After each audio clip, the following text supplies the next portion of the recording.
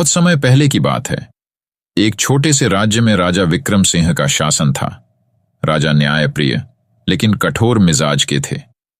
उनकी इच्छा थी कि राज्य में कोई भी भूखा न सोए, लेकिन उन्हें अपने राज्य में हो रही समस्याओं का सही अंदाजा नहीं था। एक दिन राजा को एक किसान की शिकायत मिली कि उसके खेत की फसलें अज्ञात कारणों से नष्ट हो रही हैं। यह बात राजा को अजीब लगी, क्योंकि किसान ने अपनी फसल की सुरक्षा के लिए कई उपाय किए थे। राजा ने सोचा, क्या वास्तव में कोई गड़बड़ है या यह किसान बहाना बना रहा है? राजा ने खुद इस मामले की जांच करने का फैसला किया।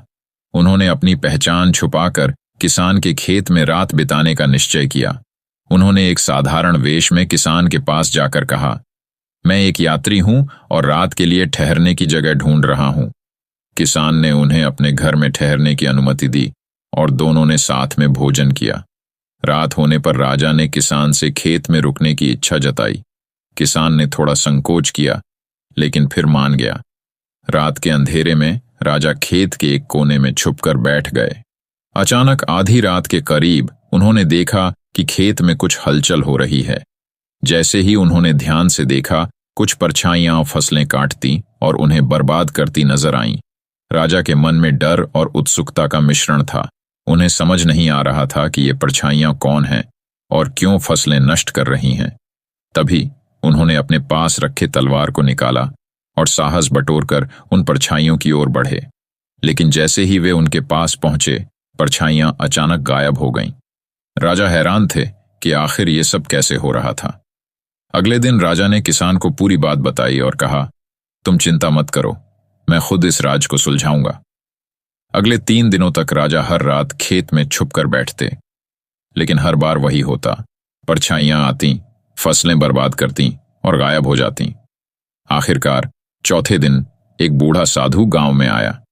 उसने राजा के बारे में सुना और उनसे मिलने की इच्छा जताई। साधु ने राजा से कहा, राजन, ये कोई साधारण समस्या नहीं है। ये परछाइयां दरअसल तुम्हारी ही दरबार के कुछ लोग हैं जो तुम्हारे राज्य को कमजोर करने की साजिश रच रहे हैं। राजा यह सुनकर चौंक गए और सोचा कि साधु की बात में कुछ सच्चाई है। साधु ने उन्हें एक विशेष मंत्र दिया और कहा, आज रात इस मंत्र का जाप करो और तुम सच्चाई जान पाओगे। उस रात राजा ने मंत्र का जाप किया और देखा कि धीरे धीरे परछाइयां इंसानी रूप में बदलने लगीं। ये उनके ही दरबार के मंत्री और कुछ सैनिक थे जो राज्य में अस्थिरता फैलाने के लिए फसलें नष्ट कर रहे थे। राजा का गुस्सा 7वें आसमान पर था, लेकिन उन्होंने अपनी भावनाओं पर काबू पाया और चुपचाप सबूत इकट्ठे किए।